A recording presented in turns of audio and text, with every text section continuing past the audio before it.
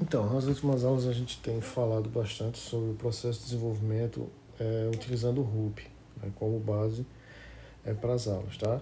Então, a partir desse momento, eu vou falar um pouco sobre o movimento ágil e as metodologias, as principais metodologias de desenvolvimento utilizando esse pensamento, tá?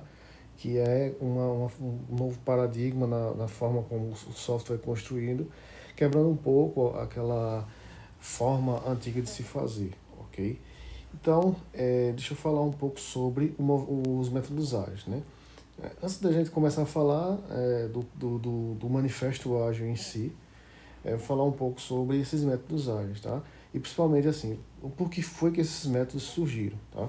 Então, assim, o que é que existia antes, né? Qual foi a necessidade para a criação desses métodos? Por que se pensou nos métodos ágeis? Se a gente for recapitular, lá nos anos 70, o que a gente tinha era programadores individuais desenvolvendo programas, tá? E as empresas utilizavam esse programa para fazer processamento e muitas outras coisas, tá? Então, isso era um problema porque, primeiramente, a gente tinha um código desorganizado, certo? Não existia um processo de desenvolvimento, cada programador fazia do seu jeito, certo? Os programas eram separados, eles basicamente não se conversavam. Então, o que acontecia basicamente era, quando esse camarada saía da empresa, a empresa virava um caos, porque só ele tinha domínio do programa, outros programadores tentavam corrigir aquele código, não conseguiam, porque o programador desenvolvia do seu jeito, tá? Então isso acabou se tornando um grande problema, certo? E aí houve a necessidade de se criar uma forma de criar um processo para criar um código que fosse viável, né? Que não dependesse de um programador e que desse um pouco de qualidade, certo? Então foi o que o pessoal fez, né? Eles não tinham o que fazer, eles não tinham um método anterior. Então o que foi que eles fizeram foi buscaram da indústria o processo de desenvolvimento, certo? Então o que eles fizeram foi pegar esse processo da indústria, certo? E daí onde nasceu a ideia do sistema em cascata, né? Que basicamente é como a indústria segue. Primeiro a gente especifica o projeto, depois a gente desenvolve, a gente faz os testes e entrega, certo? Só que começaram a surgir outros problemas, né?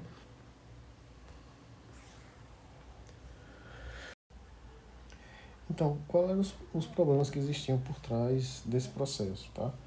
Desse modelo antigo. Né? Os softwares foram ficando cada vez mais complexos e algumas coisas começaram a acontecer, tá? Primeiro, esse processo, esse modelo, neste modelo, o processo era a coisa mais importante. Então, as pessoas eram secundárias no desenvolvimento. Seguir o processo à risca era o que era mais importante, tá? E havia uma outra coisa. Nós sabemos, e já foi batido bastante nessa disciplina, que mudanças elas acontecem no processo, certo? E evitar que essas mudanças aconteçam é o pior possível. Porque o software pode estar melhor possível, mas ele não atendendo às necessidades dos usuários, que mudam com o tempo, né? Até o entendimento do usuário sobre o problema muda com o tempo. Desencorajar essas mudanças acaba por tornar o software de pouca qualidade, certo? Então, o que acontecia? O pessoal, uma vez definido o que o software fazia, o que eles faziam era desencorajar as mudanças, tá? E como é que eles desencorajavam isso? Definia-se primeiro, fazia um árduo levantamento de requisitos, tá? Do sistema, e o que acontecia era que depois que o documento de requisitos era pronto, ficava pronto, eles firmavam um contrato que amarrava demais o lado do cliente. Então, se o cliente tivesse uma necessidade, ele teria que infringir uma quebra de contrato, né? E isso custava dinheiro e era complicado, certo? Então, se o cliente, aí aqui diz, né, se o cliente não conseguisse expor suas necessidades na fase de concepção, precisaria infringir cláusulas contratuais, né, é, para obter essas funcionalidades. Então, isso era um problema muito grave. Então, o desenvolvimento fazia de tudo para que não fosse possível haver mudanças após o desenvolvimento, certo? É claro que na indústria isso é o que acontece, porque imagine você estar criando um projeto de uma ponte e de repente a ponte ela tem que ter uma curva e você não conseguiu ver isso no meio do processo de desenvolvimento. A gente já tem um bocado de coisa pronta, vê o trabalho que é, certo? E no desenvolvimento achava-se isso também, porque a gente já tinha desenvolvido muita coisa e a gente não pensava em criar um projeto para se adaptar a essas mudanças, tá? Então, com o tempo, esse problema ele acabou se tornando grande demais e algumas pessoas começaram a se incomodar com esse método de desenvolvimento e criar sua própria metodologia, sua própria filosofia de desenvolvimento, tá? Então, foi daí onde começou a surgir a ideia de métodos ágeis. Então, assim, como foi que essa ideia do método ágil surgiu, né? Lá nos anos 90, alguns desenvolvedores, grupos de desenvolvimento, começaram a questionar esse método burocrático e arcaico do modelo em cascata, certo? Então, eles começaram a ver que dava-se muita importância ao processo e eles acabavam se esquecendo que o principal mesmo eram os desenvolvedores, eram as pessoas que faziam parte, e a comunicação, tá? Então, grupos isolados começaram a criar suas próprias formas de desenvolvimento, certo? Tirando muito da carga que aquele método antigo fazia para desenvolver, certo? Da forma como era desenvolvido no método antigo, tá? Então, o que foi que aconteceu? Em 2001, muitos desses programadores se juntaram e pensaram começaram a verificar seus métodos, os métodos que eles estavam usando de desenvolvimento, tá? E começaram a ver características em comum entre esses métodos, e aí eles lançaram o Manifesto Ágil, tá? Que é um documento que ele tem basicamente alguns valores e vários princípios, tá? Que guiam os métodos de desenvolvimento. Então, todos os métodos, todos os princípios e valores que forem ditos aqui nessa aula, a gente vai ver que eles têm muito em comum com as metodologias que são utilizadas, tá? Então lá, o grupo de desenvolvedores que já usavam seus próprios métodos se reuniram e confeccionaram um documento que reunisse em práticas as práticas desses métodos, tá? Então, eles tinham muitas coisas em comum, os pensamentos eram incomuns. Então, o que eles fizeram foi juntar essas informações e tentaram confeccionar isso tudo num documento, tá? Então, em comum, esses métodos tinham uma filosofia diferenciada, alguns princípios e pregavam o desenvolvimento em ciclos, tá? E diferente do modelo em cascata, eles começaram a acreditar que era melhor entregar o sistema pouco a pouco, né, do que fazer uma entrega do sistema como um todo, tá? Então, o manifesto possui um conjunto de princípios e valores, tá? Que é basicamente o que define o manifesto, né? Que geralmente estão, de certa forma, presentes nos métodos de desenvolvimento ágil que existem. Então, Scrum, XP, Crystal, todos eles pegam um pouco dessas... todos eles estão em conformidade com esse manifesto, tá? Então, é difícil você ter um método que, de alguma forma, não esteja em conformidade com esse manifesto, ok? Então, essa é a ideia. Então, quando ele surgiu, a ideia era criar a base para o desenvolvimento ágil de sistemas.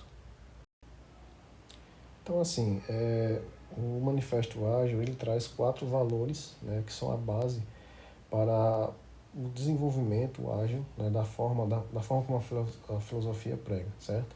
Então, esses valores eles são importantes de serem entendidos, né, porque é baseado neles que a gente começa a compreender, né, qual o real sentido do desenvolvimento ágil, né, da forma como se pensa no desenvolvimento ágil.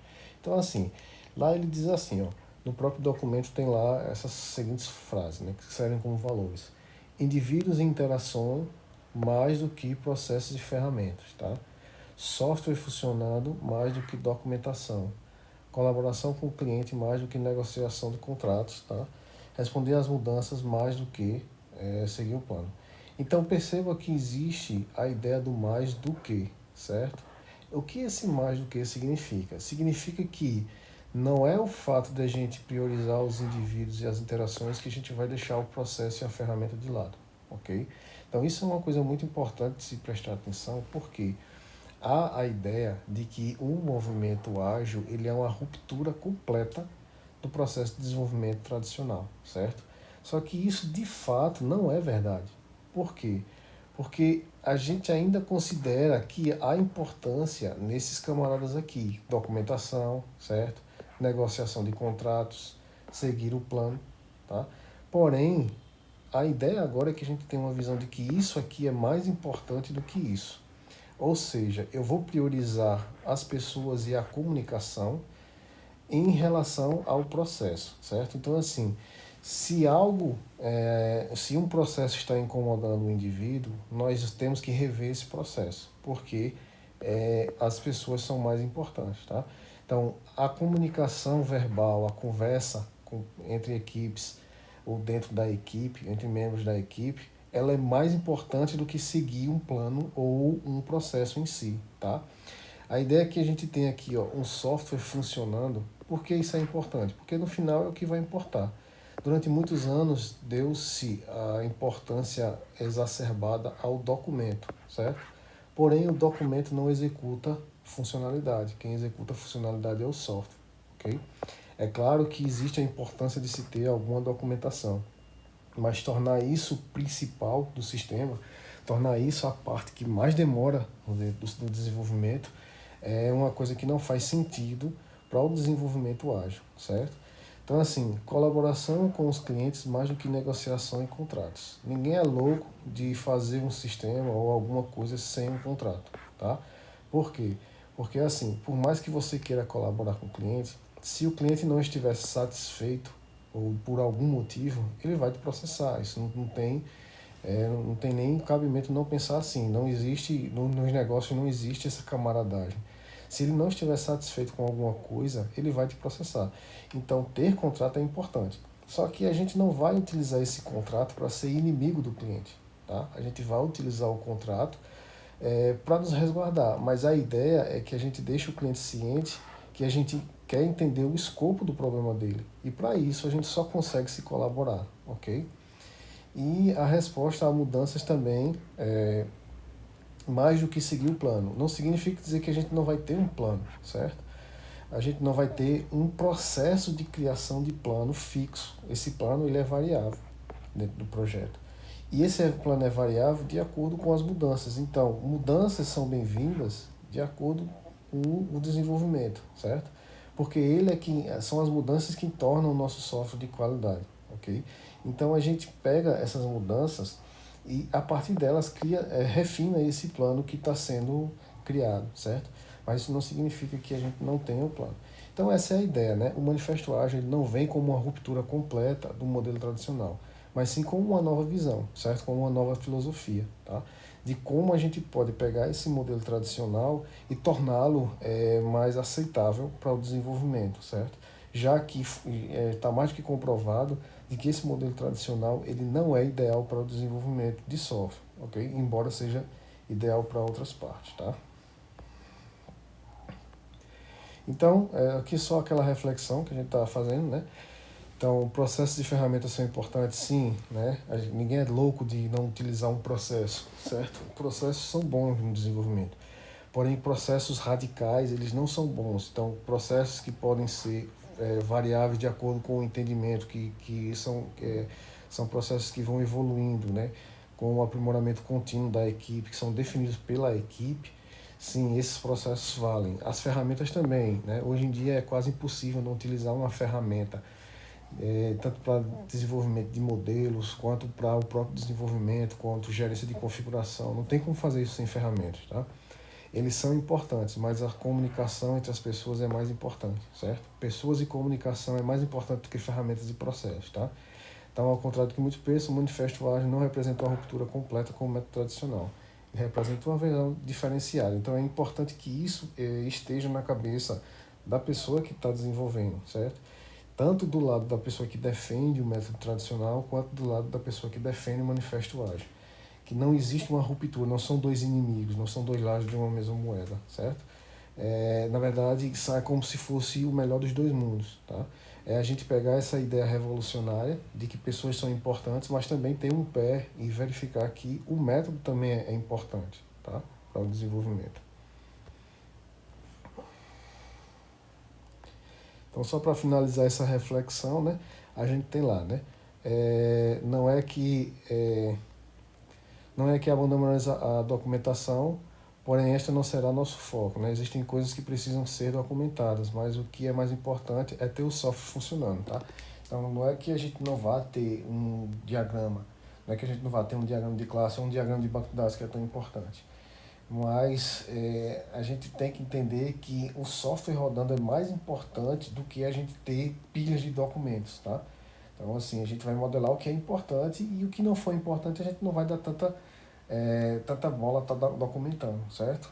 Não é que não vamos utilizar as ferramentas de processo, mas a habilidade do ser humano sempre terá prioridade, tá? Então, um processo bem definido não substitui uma boa discussão.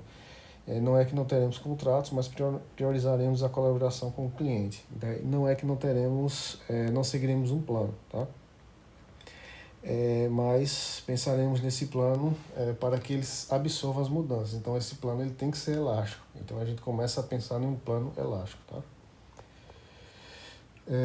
De outra sorte, o manifesto não surgiu como uma solução definitiva para o desenvolvimento de software. Na verdade, seu foco em pessoas, com seu foco em pessoas, ele mostra como o processo de desenvolvimento é baseado no aprendizado, né, aprendizado, colaboração e refinamento de técnicas. Então, a ideia do manifesto ágil não é trazer um processo de desenvolvimento, como a gente vai ver nos princípios, tá?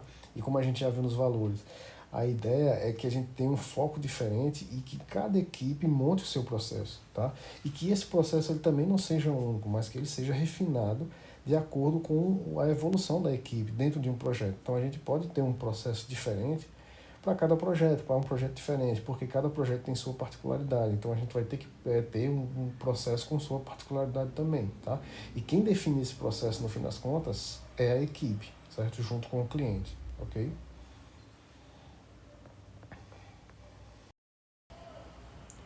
Então, vou falar um pouco dos princípios, tá? Como a gente viu os valores, né? Eles nos dão basicamente uma diretriz de como a gente deve se comportar no desenvolvimento ágil, certo? No que se pensa de desenvolvimento ágil, tá? Então, ele nos mostra um pouco do qual é a filosofia por trás do desenvolvimento, o que, que a gente tem que priorizar, tá? Então, assim, os princípios, eles são como se fossem coisas a serem seguidas dentro do projeto, eles são ditos como pilares, tá? Então, o que a gente precisa seguir, quais são os comportamentos que a gente tem que ter dentro do projeto para que a gente tenha sucesso no desenvolvimento ágil. Você vai perceber que em nenhum momento ele nos dá processos para desenvolver. Em vez disso, ele nos dá forma de comportamento. Então, a ideia é que a maioria das metodologias que existem, elas sempre definem uma pessoa que vai ser aquela pessoa, o responsável, né, por verificar se as pessoas estão seguindo os princípios, tá? Definidos pela metodologia. É claro que nem toda metodologia aborda todos os 12 princípios que existem no Manifesto Ágil, tá? Por isso que é muito comum a gente ver uma equipe usando duas metodologias, como o XP e o Scrum, que são os mais famosos, tá? Então vamos lá, o que são princípios, né? São definidos como uma estrutura sobre o qual se constrói algo, ok? Então, para o desenvolvimento, são os pilares sobre o qual os métodos ágeis são construídos, tá? Então, essa é a ideia dos princípios, tá? Elas funcionam como pilares. Se a gente seguir esses princípios bem, teoricamente a gente vai ter uma boa qualidade no nosso software, tá? Então, complementam os valores para a formação desses pilares, ok? Então, vamos lá. Nossa maior prioridade é satisfazer... Aí vamos lá para o primeiro princípio, né? Então, assim, nossa prioridade é satisfazer ao cliente com entregas contínuas e adiantadas de software e com valor agregado, tá? Então, esse é o primeiro princípio. O que a gente quer fazer, na verdade, no desenvolvimento, é satisfazer o cliente com entregas contínuas, tá? Sempre definindo entregas de curto prazo, tá? Mas que nem sobrecarreguem a equipe, né? E também não deixar o espaço muito grande para que a gente não deixe o cliente esperando, tá? Então, o mais importante do projeto é satisfazer a necessidade dos usuários. Então, uma das coisas interessantes que o método ágil traz é que a gente vai sempre dar foco naquilo que é principal para o usuário, tá? Não aquilo que a gente acha que é melhor, né? Não aquilo que é algo secundário no projeto, tá? Como documentos, ok? Então, o cliente não quer saber qual tecnologia você está usando. O importante são as entregas serem contínuas e de qualidade. Então, aí a gente tem uma questão que é o seguinte. Em muitos casos, principalmente quando a gente tem desenvolvedores jovens, é comum que se queira testar muitas tecnologias, tá? Só que o que é que acontece? Às vezes, por a gente testar uma tecnologia nova, achando que ela vai ser melhor, a gente tem essa ideia de que porque é uma tecnologia melhor, a gente vai estar agregando mais valor para o cliente. Só que o que agrega valor para o cliente é a funcionalidade funcionando, certo? É aquele requisito funcionando, tá? Então isso é o que agrega valor, não é a tecnologia que a gente usa. Então, mais vale a gente estar usando a tecnologia mais simples, que não precisa de tanta configuração, que a gente não esteja aprendendo no meio do caminho, do que você pegar uma tecnologia nova que todo mundo diz que é muito boa, certo? Mas que no final vai demorar para a gente aprender e a gente vai estar entregando coisas com certo retardo, certo? Para o cliente, ok? E também tem aquela velha história, a gente às vezes quer ver uma tecnologia que todo mundo está falando, aí a gente vai e testa essa tecnologia no projeto, daqui a um ano essa tecnologia ninguém nem se suporta se dá mais. Então a gente vai ter um problema no futuro. Então a ideia o foco é sempre satisfazer o cliente. O cliente ele não quer saber se a gente está utilizando uma tecnologia nova A ou B, certo? O que ele quer saber é que as entregas sejam feitas e que o software tenha qualidade e que atenda às necessidades dele. Beleza?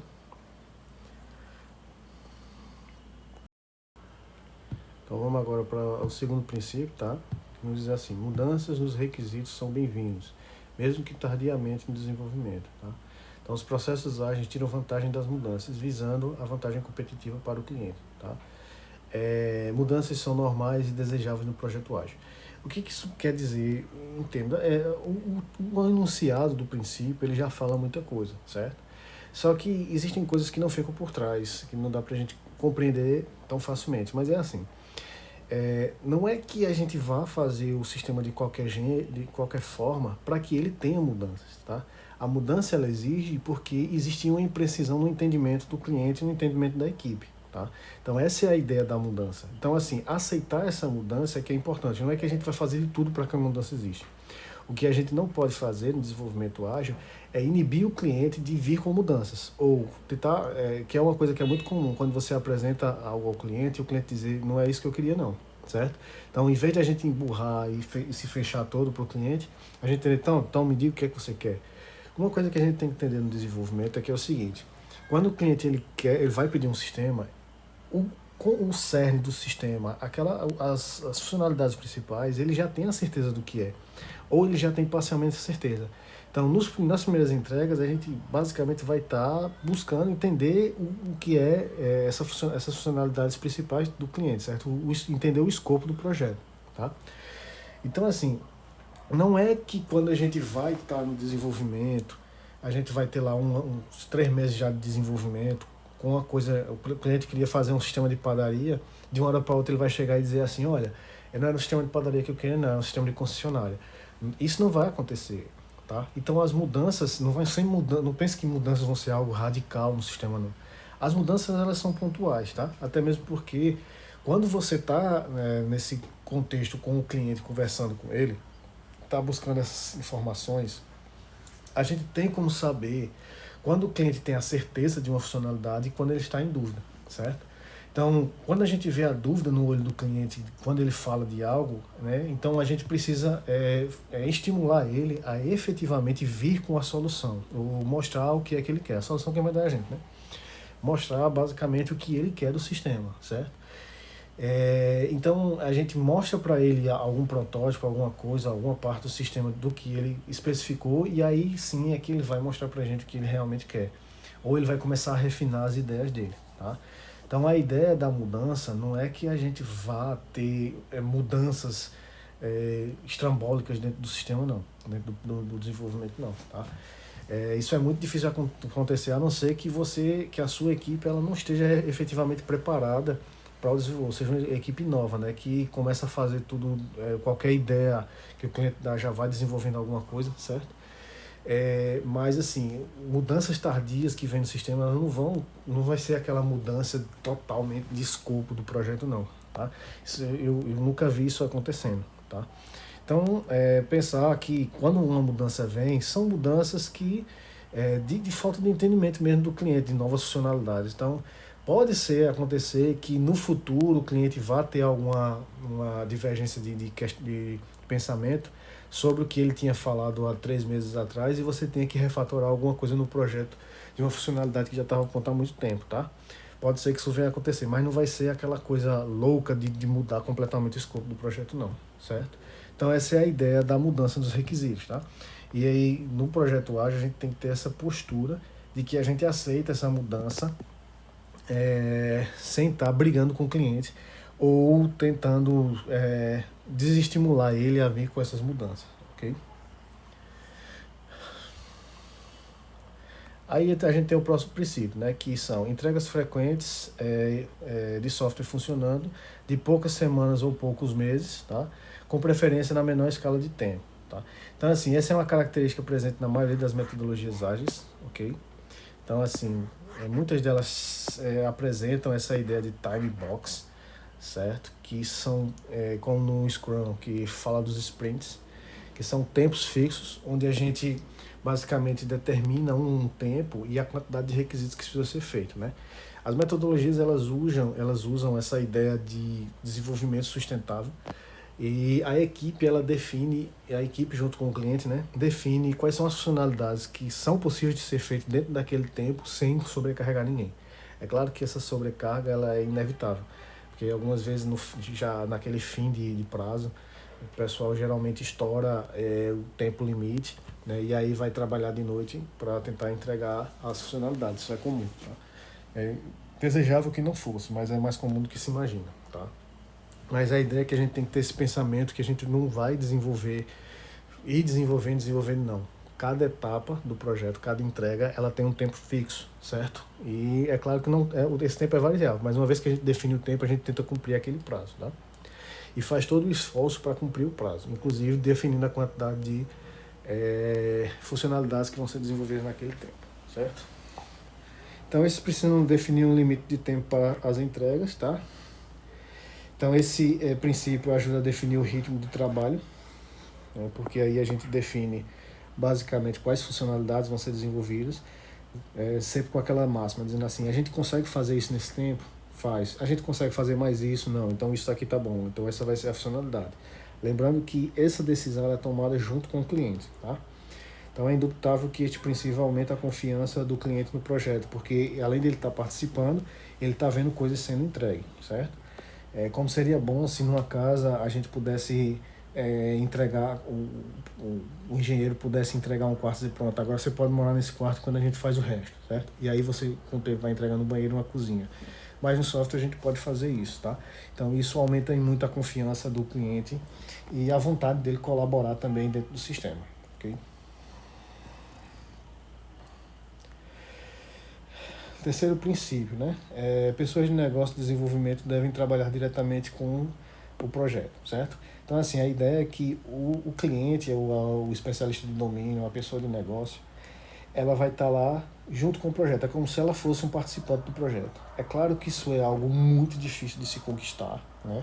Porque o cliente ele tem outras ocupações e a gente não tem como ter ele diretamente no nosso projeto, certo? Mas a ideia é que a gente tem que fazer o máximo para ter essa pessoa junto, porque ele é a pessoa que nos fornece as funcionalidades, tá? Então ele é uma pessoa muito importante no desenvolvimento, ok? Então o ideal é que a gente consiga ter o máximo de aproximação dessa pessoa junto conosco, tá? Então seria ideal se o representante do cliente pudesse estar disponível durante todo o ciclo de desenvolvimento. Mesmo difícil, a colaboração com o cliente deve ser incentivada e pela equipe de desenvolvimento. Então o que a gente tem que fazer é buscar ter essa pessoa junto com a gente, tá? E não desestimular. É claro que com a medida que as entregas vão sendo feitas, essa pessoa ela vai começando a se conscientizar que o sistema ele só pode ficar bom se ele estiver junto e a ideia é que ele vá conseguindo um tempo, certo? Mas lembre-se o seguinte, qualquer demora que a gente tenha de comunicação com esse cliente acaba demorando as entregas, né? Porque dúvidas são tiradas se a gente não tem a comunicação com o cliente. Qualquer dúvida que surge, ela vai demorar esse tempo de resposta do cliente, que não é uma coisa que a gente queira, tá? Então é isso, eu falei aqui dos 3 primeiros princípios, tá? Eu vou parar aqui porque o vídeo já está ficando bem longo, aí eu continuo no próximo vídeo, beleza? Então eu vou ficando por aqui, até a próxima.